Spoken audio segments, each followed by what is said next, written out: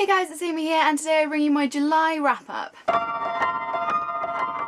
In July I read 7 things, a mixture of short stories, novels and graphic novels, so let's get into them now. The book I read in July was Alex and Ada by Jonathan Luna and Sarah Vaughan. I gave this one 4 out of 5 stars, I really enjoyed it. The story follows this guy named Alex who has a robot gifted to him, and he isn't really wanting this robot. He becomes somewhat attached to it, but he also just doesn't like the fact that it is non-sentient and it doesn't have any feelings or emotions of its own, it can't make decisions of its own, and it has no real opinions on anything. Although most other people who have these robots seem to be quite happy with the fact that they don't have their own feelings and emotions, Alex isn't so happy with that and wants to remedy that fact and wants to basically give his robot human abilities to make decisions and have feelings and things. I really enjoyed the plot of this story, and I definitely will be carrying on. I think the actual storyline is really good. The one thing I didn't really enjoy about this book, and the reason why I gave it 4 stars instead of 5, was the artwork. I just didn't think it was very exciting. A lot of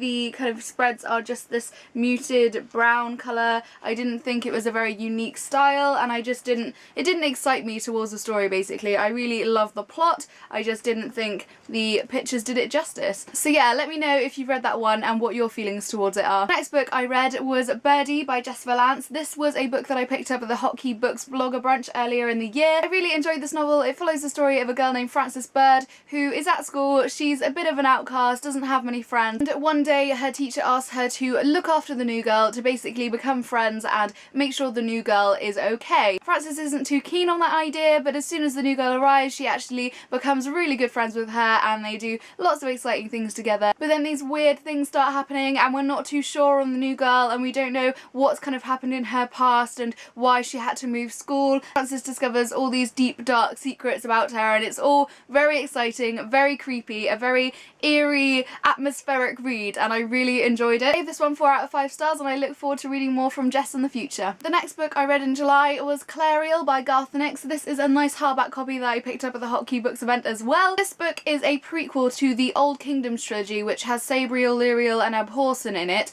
I haven't read that trilogy, but I was told that it didn't really matter and that you can read this one kind of by itself and then read those if you want to, or do it the other way around. I did it this way around. I've read this one. This book is set approximately 600 years before the story of the Old Kingdoms trilogy, and this book follows the story of a girl named Clariel. So Clariel has lived in the forest for most of her life and she is very at one with nature. She is, at the beginning of this book, moved from the forest into the city, and it is not a very happy change for her. In this story there are things known as guilds, and Clariel's family is part of the Goldsmith Guild, and her mother is one of the high up people in this Goldsmith Guild. This is why they have been moved to the city, so that her mum can work on her goldsmithing. Clariel is in the city, she's not particularly happy, she wants to be back in the woods where she is happy, and she's also being forced to go to a finishing type school. So in this school she is taught how to pour tea, and she's taught how to speak properly to people, and all these things that she doesn't really want to do. Alongside being taught how to be a lady, she is also being taught charter magic, which is the magic system within this world. People who are able to connect to the charter magic have these symbols on their heads, and you can see the symbols somewhat on the front of the book. Clariel has never really tapped into this kind of magic, so she is being taught how to do so. Whilst in her charter magic lessons, Clariel realises that she has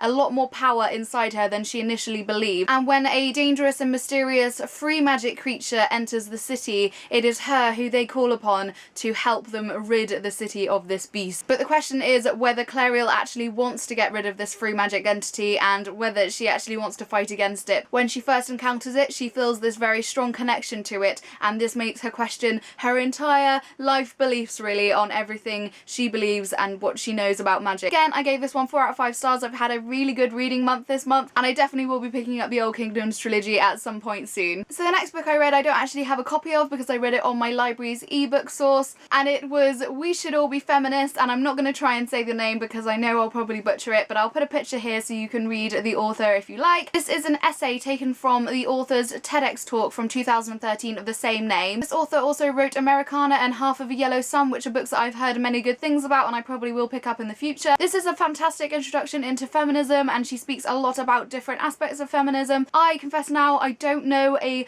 great deal about feminism. I haven't read a large amount of things about feminism, but I am actually trying to at the moment. So if you have any recommendations for feminist fiction, any books that I should read about feminism specifically. Have been kind of picking books off of wish lists and things like that and purchasing them recently. I would really just love to widen my knowledge on the subject, as it's something I just don't feel I know enough about. So I gave this book 5 out of 5 stars, and I would highly recommend it to anyone who has any interest in feminism. Next book I read was a short children's story by George R.R. Martin. It is called The Ice Dragon. This book I feel could be a really great introduction into George R.R. Martin's writing style, and his just story techniques are fantastic. It was just a really sweet story. It basically follows the story of a young girl who was born in winter and her mother died giving birth to her. Growing up, she only felt happy during the winter months when it was snowy and frosty and the ice dragon came to her town. Her family and neighbours and the people of her town were absolutely terrified of this ice dragon,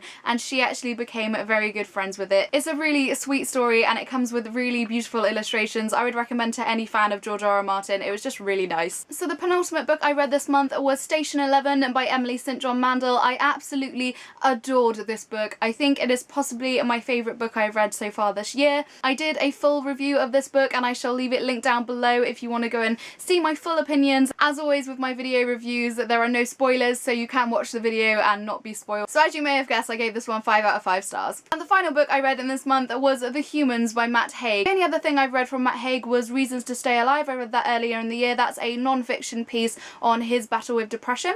This, however, is fictional. It follows the story of a mathematician who discovers this theory, this equation. He solves it basically, and it would mean the advancement of the human race. This story, there is this alien species who are watching the planet and they see that this mathematician has done this and they don't want it to happen basically. They don't want the humans to advance, so they send down one of their aliens into the body of this mathematician. He takes over the body and it is just hilarious. You read through the eyes of this alien who is seeing the human race for the first time and is commenting on what humans do and why they do it and what he doesn't understand and what he learns from humans and the emotion of things, and it's just fantastic. It was just brilliant. It had so many fantastic moments. It was really funny, it was really heartwarming, heart-wrenching, it was just life-affirming, and I really enjoyed it. I gave this one 5 out of 5 stars as well, and I would actually recommend this to anyone. I'm actually going to give it to my boyfriend because I'm hoping he's going to read it. He's not a big reader and I think this is actually something he may enjoy. So those are all the books that I finished in the month. I actually had 2 other books that I started but I didn't finish, and those were Troll Hunters by Guillermo del Toro and Daniel Kraus, and The Moonstone by Wilkie Collins. I haven't actually finished either of them. I'm hoping to in the next month, so possibly these will be in next month's wrap up. So that's everything for today, guys. I hope you enjoyed this video. Please let me know down below if you've read any of these books and what your thoughts on them are. As always, I will leave links to Facebook, Tumblr, Twitter, everything I mentioned down below. I hope you're having a fantastic day and I will see you soon. Bye! The story is pre- and post-apocalyptic. We follow the characters before the end of the world and we follow them after as well.